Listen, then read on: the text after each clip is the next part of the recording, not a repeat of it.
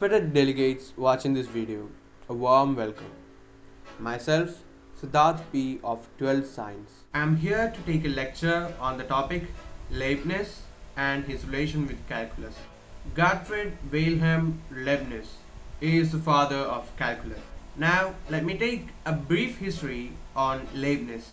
He was a prominent German polymath and one of the most important logicians, mathematicians, and also a natural philosopher of the Age of Enlightenment. As a representative of the 17th century tradition of rationalism, Leibniz developed his most prominent accomplishment, the idea of differential and integral calculus. Independently of Isaac Newton's contemporaneous developments, mathematical words have always favored Leibniz's notation as the conventional expression for calculus. It was only on the 20th century that the law of continuity and also the transcendental law of homogeneity by Leibniz found its implementation. The law of continuity. Whatever succeeds for finite will also succeed for infinite. This was the law of continuity by Leibniz. Now let us have a look at Leibniz's rule formula. This is the Leibniz rule formula.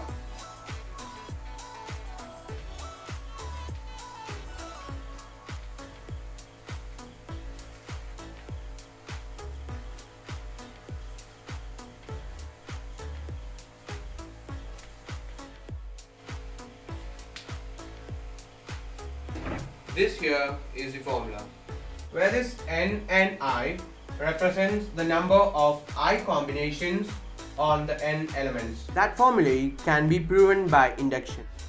Laminates Theorem is basically the Leibniz rule defined for the derivative of the antiderivative.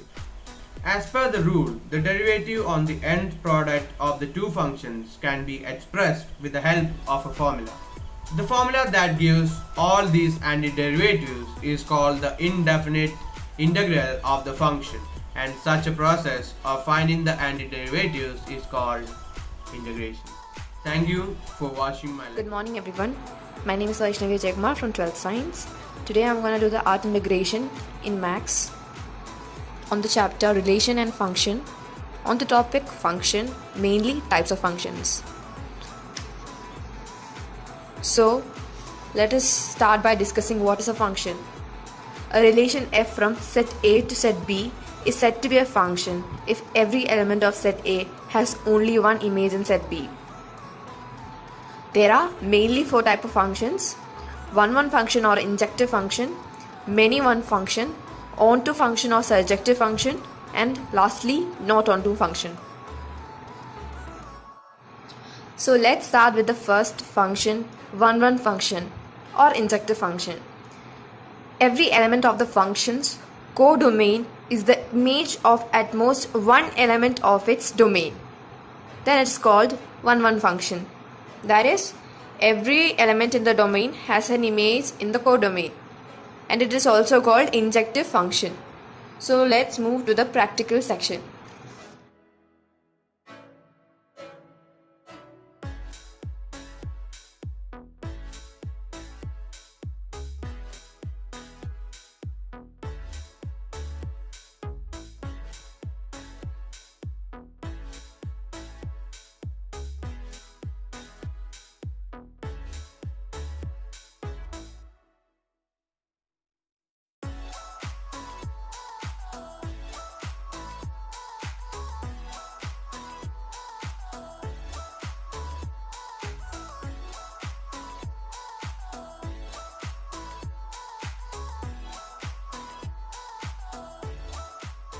Let's move to the second function, many-one function.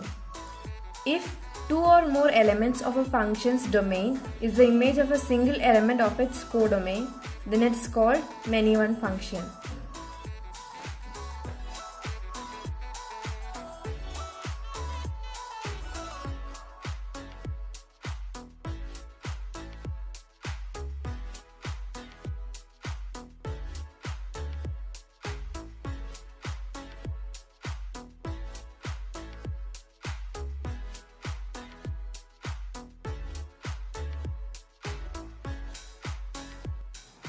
onto function. Every element of the function's codomain has at least one element in its domain. It's also called surjective function. That is, every element in the function's codomain has one image in the domain. And the next one is not onto function. One or more element in the codomain has no element of connection with the domain. That is, one element in the codomain section has no elements in connection with the domain. Next, we are going to discuss the combination of some of the functions. The first one is one and not onto function. Second one is many one and not onto function. Third one is many one and onto function, and the fourth one is one and onto function. Let's move to its practical. The first combination function we are going to discuss is the one and onto.